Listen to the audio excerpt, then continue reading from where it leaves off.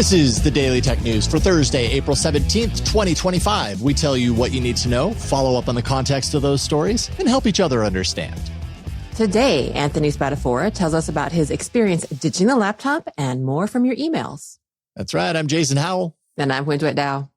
Let's start with what you need to know with the really big story. I put that extra really in there just to emphasize the bigness. A federal judge found that Google abused its dominant position in key markets and online ads technology. Judge Leonie Brinkema, we'll find out later when someone corrects me, found that Google had violated competition laws in the ad markets for ad exchanges and ad servers. This is all related to Google's ads business, obviously. These are technologies that actually helped websites sell ad space and determine the placement of ads across the web. Now, the judge cited Google's practice of tightly integrating its ad server, that's DoubleClick for publishers, with its ad exchange, that's called AdX. And Brinkema said this, quote, enabled the company to establish and protect its monopoly power in these two markets, end quote. Brinkema did not, however, and this is important, find Google to be a monopolist an illegal monopolist, let's say, in the market for tools that are used by advertisers to purchase display ads. This essentially means that Google isn't found guilty of dominating ads on the open web. So yes, guilty with the tools behind the scenes, not found guilty in this case of how they were surfacing these ads across the open web, the web at large, because there are a lot of other ad markets surfacing web ads there as well. The court is going to consider penalties, which could include forcing Google to divest its ad technology business in part or in total. And, just a few important things to note, and then we can kind of bat this around a little bit. This is not a consumer-facing ruling. I suppose if the third part that Google was not found to be abusing their monopoly position in, that of the display ads, if they were found guilty there, maybe that would have some sort of consumer-facing impact. But the tools behind the scenes aren't things that just the general consumer is going to run into. And also really important to understand as you and I, when we were kind of talking with Tom Merritt about this prior to recording, because he has certainly helped us form a little bit better of an understanding of this pretty complicated thing, this story, is that a lot of times in situations like this, the Department of Justice, the DOJ, is going to ask for the moon. They're going to come out and say, Google, we really feel like in this case, the result should be Google has to get rid of its ad business in total. And the reality is that, it's probably pretty unlikely that that's going to happen in total. It's not an impossibility, but it's probably going to be somewhere met in the middle, somewhere of finding some sort of restitution or, some sort of an agreement that makes more sense than just upending Google's entire business, because this would be a pretty huge loss if Google had to get rid of that. But I'm curious to know what you think about this story.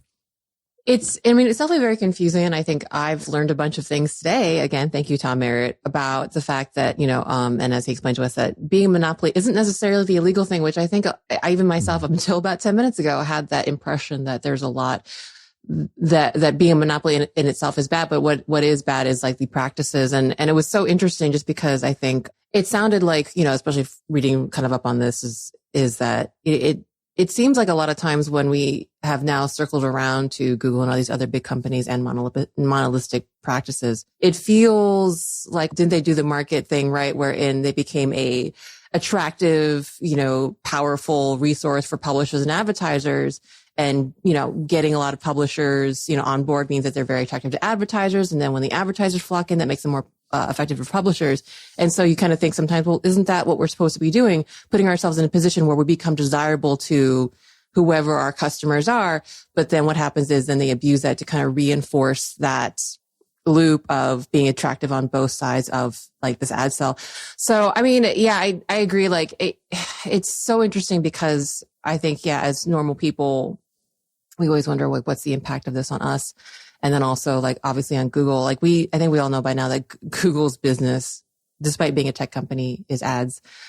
So yeah, it's kind of, I'm curious to see what the restitution would be and how that affects, impacts Google from here on out, because it feels like, and this is maybe a naive reflection on my part, just as a normal average consumer in this regard, is that will this just have ripple effects down to their other businesses? Because I feel like it seems like a lot of what Google has done, as a technology company, and even though they have like this wide portfolio of like all sorts of different things, we talk about Android all the time, but Chrome, cloud, all these different services, it feels like it all eventually ends up being somewhere about ads and selling, like it all ends up being ads. So it does feel interesting to see where this will turn out, because it does feel like a huge loss for them, especially after the previous loss that they had with the DOJ.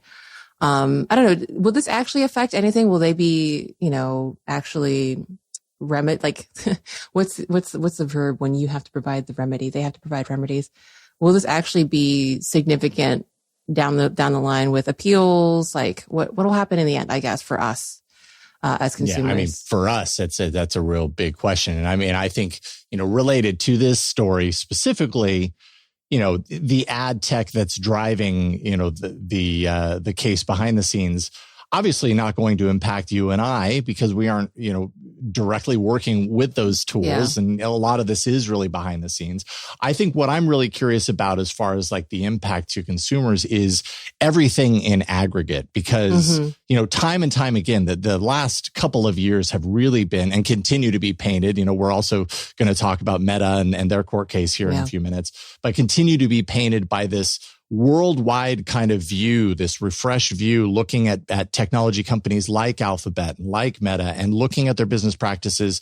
And, it's not just the US that's saying, okay, wait a minute, let's take a step back. You've gotten a little too big for your britches. Yeah. We got to really drill in here and see. And what are the wider scale impacts of all of these things in aggregate? This is one aspect. And yes, it's big. Google's ads business accounts for around 12%, I believe, of Alphabet's overall business, at least this aspect of it, the ad tech business anyways. So that's pretty significant for a company of Alphabet's size. But this isn't the only case that Google's facing right now. They also lost another antitrust case last year. That had to do with abuse in its dominance in the search market, online, search ads placement, that sort of stuff. The DOJ is calling for, you've got to divest Chrome. And again, coming back to this, and Tom, thank you for kind of pointing this out. They always kind of go for the moon and then, likely to kind of end up somewhere in the middle. But as a user, I look at Google and the products that I've used, Android, Chrome, interacting with ads on the web, let's say, and I see all these things. I'm like, wow, how could this not shape the product that I interact with in some way, shape, or form? And I think ultimately that's kind of the point too of a case like this. You got to change your business structure and how you approach these things in some way, shape, or form. But how dramatic will that actually be? We don't know. It feels good. Yeah. And it feels inherently good that, as you said, that governments and different like kind of regulating bodies are trying to crack down on, what has been built up over several decades now of this kind of landscape that Google and other big tech companies, like not to exclude anyone, have forged for themselves in our kind of modern tech life. And it's just so interesting. Yeah. It just feel like the impacts are just a little too huge for just us mere mortals to like imagine about. But I can't help but feel like it's a positive thing. I think we can always niggle on whether on the correctness, on the tech savviness or the understanding of certain rulings of like more governing bodies over the impacts of everyday life and on actual tech of like these kind of decisions. But yeah, it's just, it's a lot. It's a lot. But it is, I feel like a positive thing. Sorry, what I meant to say was like, it is a positive thing. It feels like that we're kind of circling around these companies and asking for some kind of accountability and remedies to this very, nice and beneficial landscape they have carved out for themselves for a few decades. So anyway. Yeah, but indeed.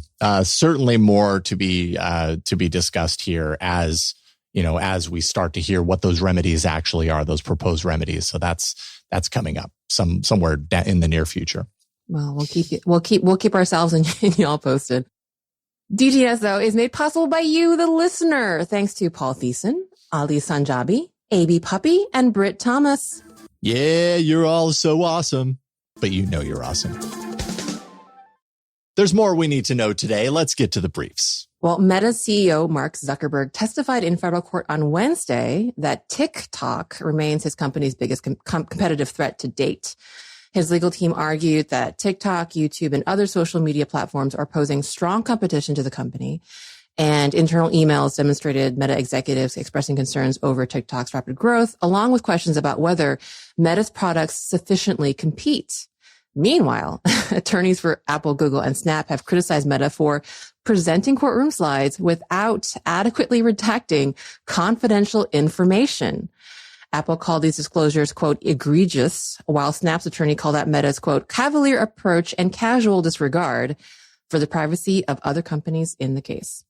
Yeah, they're saying like, hey, if this was you on the other side, you'd be upset too. And that might actually be the case. But yeah, I mean, when I think about kind of this case and my understanding around it, TikTok is such a force. And I think I don't know. I think it gives short rift, if that is the saying that's coming to mind, to disregard the influence and impact of a social network like TikTok on the business of a company like Meta. Mm-hmm. And I feel like, once again, I feel like Meta has a strong case to be made there as far as that is concerned. When you're talking, about this topic of, their market dominant position. Mm-hmm. I mean, it's not Meta alone on an island. No. It really does seem like they're facing some pretty strong competitive wins. No, especially in this like short form content creation space. I think that's a very fair point. And we've heard and talked about, and probably as individual consumers participated in this battlefield, honestly, for this short form, for short form video content. So for sure. Mm-hmm. We'll see how that pans out. That case continues, I think, over the next week and a half, if I'm not mistaken, maybe even more. Discord has begun testing a new age verification system in the UK and Australia that requires some users to scan their faces or upload a photo ID in order to access sensitive content. This is, of course, a response to new regulations in those countries that require stronger online protections against adult or potentially harmful materials for minors that might access them. Discord emphasizes that both methods result in no data being retained by the company. Facial scans are processed locally on the user's device without uploading biometric information. Any government-issued ID uploaded for that verification purpose is deleted immediately after it's processed, according to Discord. Artificial intelligence is used to determine whether users meet the age requirement, and accounts found to be underage may be banned with an option to appeal. And, some of the stuff that I was reading about this is like, okay, this is, if anything, this is a sign, potentially a sign of things to come. This is something that we will probably are likely to see more of from other companies. I just think that's so interesting because something like this, there's always that level. There's always like an assumption or an element of trust, that companies, and I get it. If you don't like this and this sounds icky to you, I totally get it. This 100% understanding on the outside, it sounds very icky. And it all comes down to trust and your ability to either have insight onto how the company's practices and whether the thing that they claim on the outside of not keeping data of everything being local and no actual data leaving that local space, like that very sensitive data of your face or your child's face, doesn't leave that local space. And it just think it's so interesting. Like, and I feel like another case we talked about, maybe even just Microsoft with its preview, or was it the snapshot feature? Like, there's so much element of trust in here. Like, how much do we trust companies to do the right thing? And as someone who works on the inside, sometimes I have absolutely no trust whatsoever in companies to do the right thing. But I just think that's interesting here is that we're going to continue to try to address certain concerns like this age verification, but then the ultimate solution is that concern has so much of an element of trust in it on the companies implementing it. Indeed. Well, TikTok is launching a new feature called Footnotes, allowing select users to add relevant info and context to videos. The feature is similar to community notes on X and is aimed at crowdsourcing expertise on subjects so viewers can have a better understanding of the content they watch and more easily spot misinformation. TikTok will continue to work with more than 20 accredited fact-checking organizations to adhere to its moderation policies. The feature is being tested in the US, and contributors can be users over the age of 18 with 6 months on the platform and no guideline violations. Everybody has their community notes now. But I mean, TikTok doing it, I suppose, a little bit differently than some of the others doing this, and keeping those fact check organizations still kind of involved and integrated. So, I'm good with that. I like that. Into it. OpenAI introduced 2 new AI models, O3 and O4 Mini, now available to ChatGPT Plus users. O3 is touted as OpenAI's most advanced reasoning model yet, excelling at coding, math, and science, with O4 Mini offering a more affordable option, strong performance in similar areas. Both models allow for the ability to use and interpret images within the thinking process. So that's another big part of these new models and their capabilities. OpenAI is also launching, this is just another quick piece of related news, Codex CLI, a new coding agent for developers. They have plans to release a more powerful O3 Pro model as well sometime soon. I played around a little bit with O3. I'm actually feeding it some of my YouTube channel metrics and being like, what can you tell me about what I'm doing here? And it's kind of impressive. I haven't done that with previous models, so I can't really compare it, but so far it's looking pretty good. Well, Huyen and Temu announced they will raise prices for U.S. shoppers starting April 25th, 2025. A response to the new U.S. trade policies issued by the U.S. presidential administration. So imported goods from China are set to include a 145% tariff beginning May 2nd, as well as the removal of the de minimis exemption, allowing goods under $800 to enter the country duty-free. Huyen and Temu sites are using this deadline to convince U.S. buyers to, quote, shop now at today's rates ahead of the price increases. Shop now while things are still cheap, because soon they will not be. Yes, please get it in while you can. Yeah, I got to make sure that my daughter doesn't see that. Oh, gosh. But Dad, we're saving money in the long run by doing all of it now. Why don't I buy the next 9 months worth of jewelry now, and she'll still want to buy it later. Apple has released urgent software updates for iOS, macOS, iPadOS, tvOS, and visionOS to patch 2 zero-day vulnerabilities that were actively exploited in pretty sophisticated attacks that targeted specific individuals anyways. One flaw was in the core audio system that allowed attackers to execute malicious code by processing a specially crafted audio file. The other enabled attackers with read and write access to bypass pointer authentication that's designed to prevent memory-based attacks. There's no word on who is behind these attacks, but Google's threat analysis group, who happen to also be involved in the discovery of at least the core audio flaw, is suggesting possible links to state-sponsored espionage, surveillance operations, that sort of stuff. Users are advised to install the latest updates immediately. So you've had the warning. This actually legitimately freaked out my husband when he read the core audio story. And we don't use Apple products, but I think just the idea that this is possible. And so he actually turned off the mic and camera on our Nest Hub, which again is a Google product, not an Apple product. But I think this idea is just really frightening because of the examples that they show of what they can actually do with just an audio file that you might not even know is happening or is being played. So. And sometimes nothing feels safe. Take it all back. I changed my mind. Yes. Patreon is launching the ability to live stream content directly on the platform. This gives its creators an alternative to external services like Twitch or YouTube. Live streams are ad-free, can be run from mobile or desktop, are downloadable after the fact, and include features like real-time chat, moderation tools, emoji reactions, and integrations with streaming software like OBS and Streamlabs. The new tool is currently in early access for select creators and will roll out more widely this summer. Kind of surprised Patreon didn't already have this, but I think it's a good thing to add to the tool set. Creators, love to live stream. We are definitely some of them. But then now it's like, okay, well, now I got to figure out, does it make sense to live stream to yet another platform? I guess we'll find out. Yeah. Well, those are the essentials for today. Let's dive a little deeper in the ongoing stories and follow up. Anthony Spadafora from Tom's Guide recently wrote that he ditched his laptop in favor of a mini PC, AR glasses, and a portable battery. Tom sat down with him to get the details. Anthony, it's good to have you back. We crossed paths at CES, and it took too long, but it's good to talk to you, man. Oh, yeah, absolutely. So why did you try this mini PC, X-Real glasses, and battery thing instead of just sticking with a laptop? What motivated you here? I work from home, and I'm a big desktop person myself, so I really stick to my desk and my using a full-size computer. So I rarely use a laptop, and when I do, like at CES, I usually end up bringing a mouse, a mechanical keyboard, a portable monitor. So I have all this extra gear. So I'm looking for ways to kind of cut down on what I bring through airport security.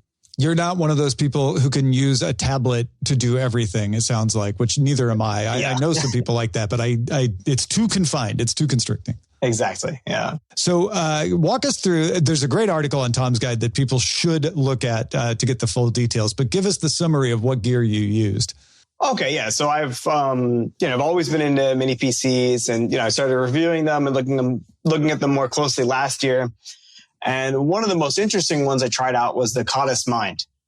And what's neat about it is it's, instead of like a cube shape, like your typical mini PC, it looks more like a portable hard drive. And it's the only one I've tested so far that you can power, via USB-C. So form factor is a little more portable because it's flatter, right? And then the power situation, that's great. Yeah, the power situation is great. So, they have a few docks. You can drop it on a dock magnetically if, you need more ports, or, you need to use multiple displays. But, for this project, I realized like this is the only mini PC I could power off of a power bank. Yeah. So power bank makes sense to me because you probably already had a power bank you would use with a laptop, right? Yeah. So, a large size power bank. And I made sure to get one that was under 25,000 milliamp hours so I could bring it on a plane. And then what led you to plug in the glasses, and why did you settle on the X-Real ones?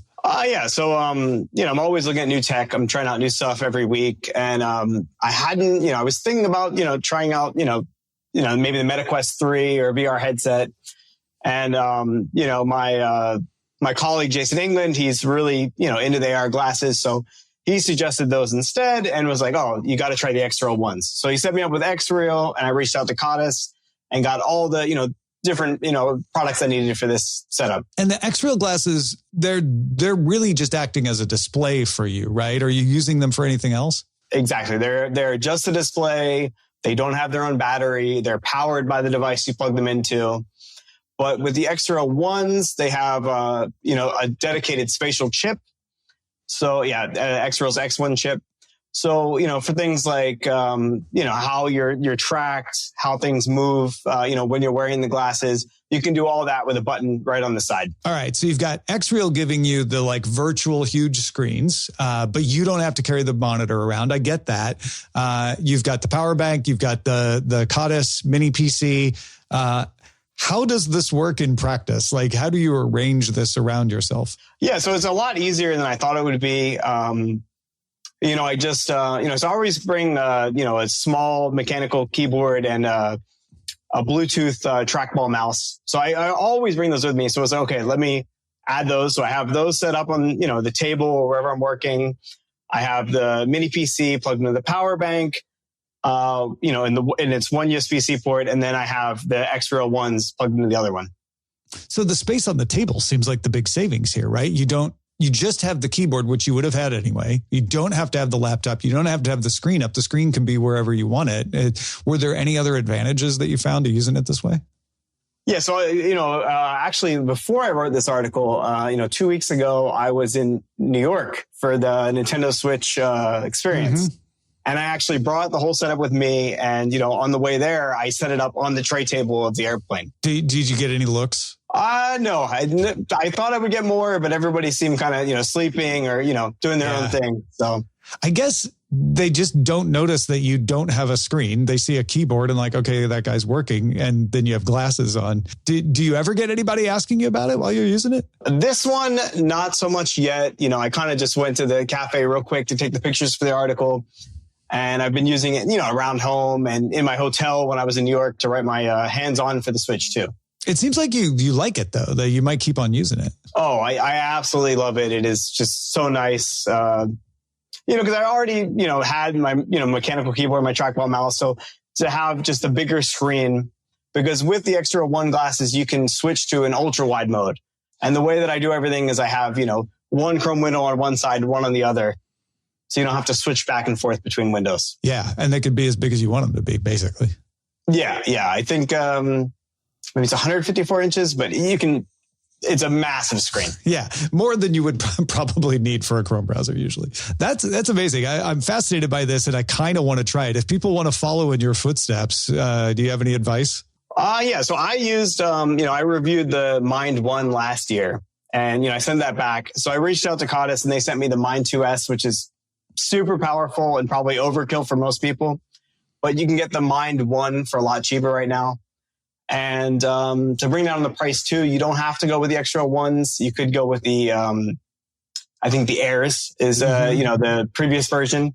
So you could probably put the whole setup together for around, $900 to $1,000. Yeah. Which is, you're talking cheap, thin and light laptop price for sure at that point. Exactly. Yeah. Any downsides you'd warn people about? Downsides. I mean, the only one I could think of is I guess you have to plug in stuff, right? With a laptop, you just flip it open and you're on your way. Yeah, you just flip it open and you're ready to go. I think if you're used to working on a laptop, this might be a bit different for you. But if you're primarily a desktop user like myself, this kind of gives you that experience anywhere.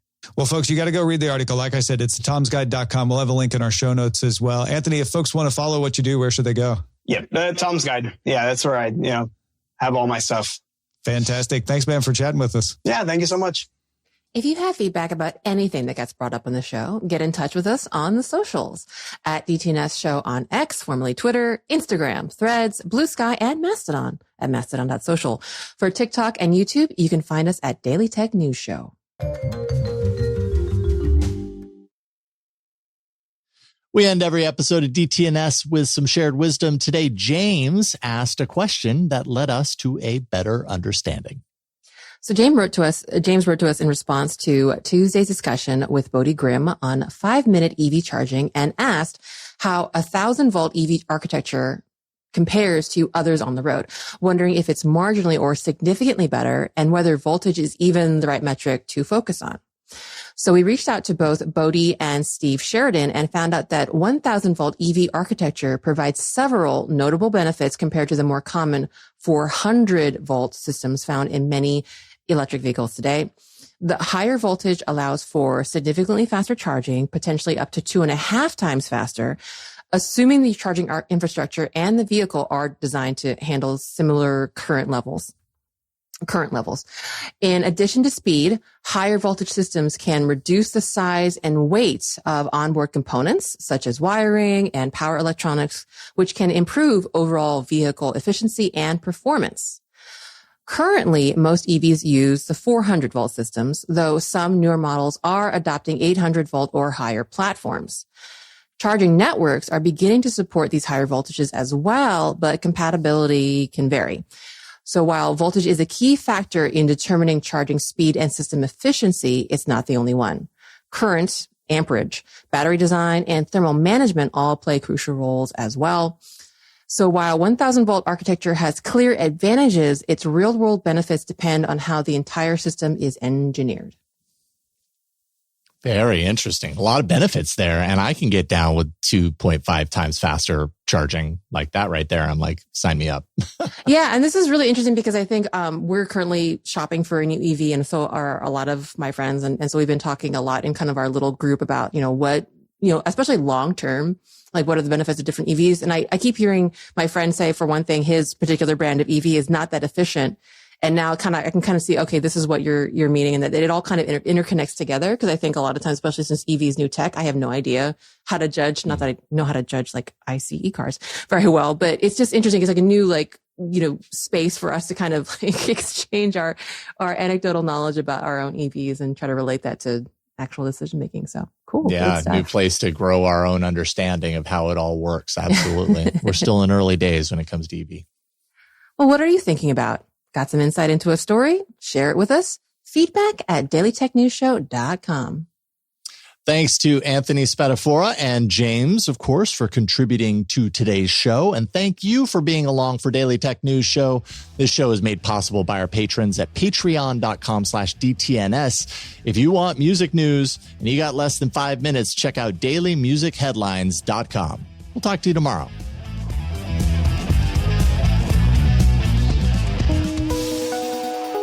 The DTNS family of podcasts, helping each other understand. Diamond Club hopes you have enjoyed this program.